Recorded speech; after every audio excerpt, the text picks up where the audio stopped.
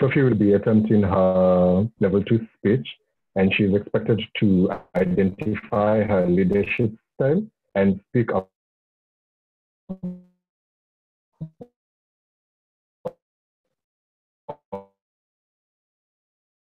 some aspects of that leadership style. She has, the speech may be 7 minutes, and the title of her speech is Where is Ngugi, Where is the Fire?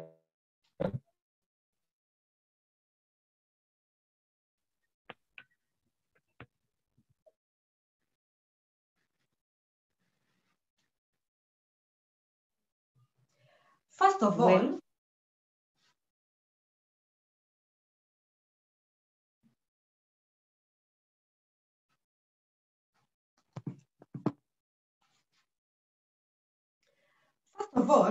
there is no fire.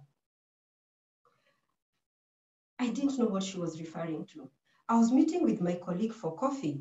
Seeing the blank look on my face, she added, "Remember, you told me to only call you when there is a fire?"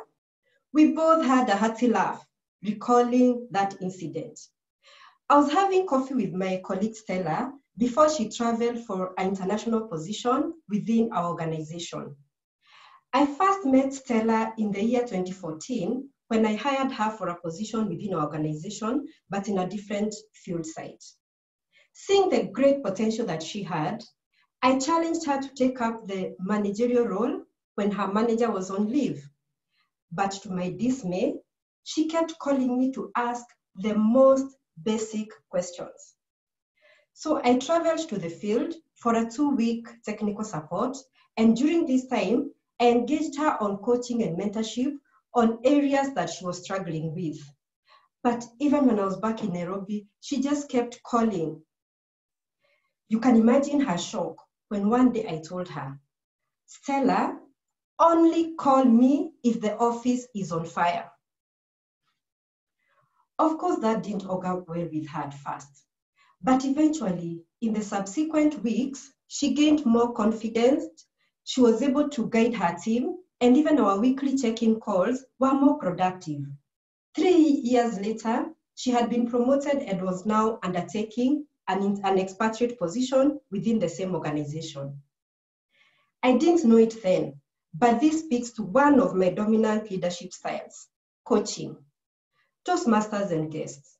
It was therefore not a surprise to me when I did the Toastmasters International online survey on leadership and revealed that my 2 dominant leadership styles are coaching and democratic leadership styles. First, coaching. In coaching leadership style, the leader prepares individuals through one-on-one mentorship and coaching. I have found this leadership style to be quite useful in the work that I have been doing in different supervisory levels that I have worked in. As in my early career, I did a lot of training, so mentorship and coaching come very easy for me. That was the style that I employed with Stella. The second leadership style, democratic. In democratic leadership style, the leader engages everybody in decision-making, and for democratic leadership style, it really depends a lot on consensus building. In my current position as a senior technical advisor, I am working with middle-level and senior management staff, so it is easy for me to employ this leadership style and to allow them to take leadership in their different roles. A good leader takes people not necessarily where they want to go, but where they ought to go. That is a quote by Rosalind Carter that resonates with me. And I ask myself, do my 2 dominant leadership styles necessarily take people where they ought to be? As my professional and personal roles evolve, I have learned that I need to also adapt in order to guide people and in order to lead, depending on the nature of people I'm leading and also depending on the different circumstances. Dr. John Spencer, in the popular book, Who Moved My Cheese, talks about being able to adapt to change for you to survive.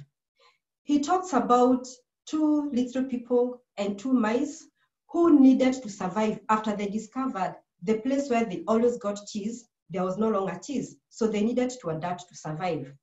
So I have learned that as a leader, I need to adapt in order to guide different calibers of staff. In the case of Stella, for example, the coaching leadership style didn't at first work for her. I had to employ authoritative leadership style. This is an important area of growth for me. With my democratic and coaching leadership styles, and also my personality, where I believe in allowing people to take charge and to take lead, having to take people, challenge them to go where they don't necessarily want to go, does not come easy.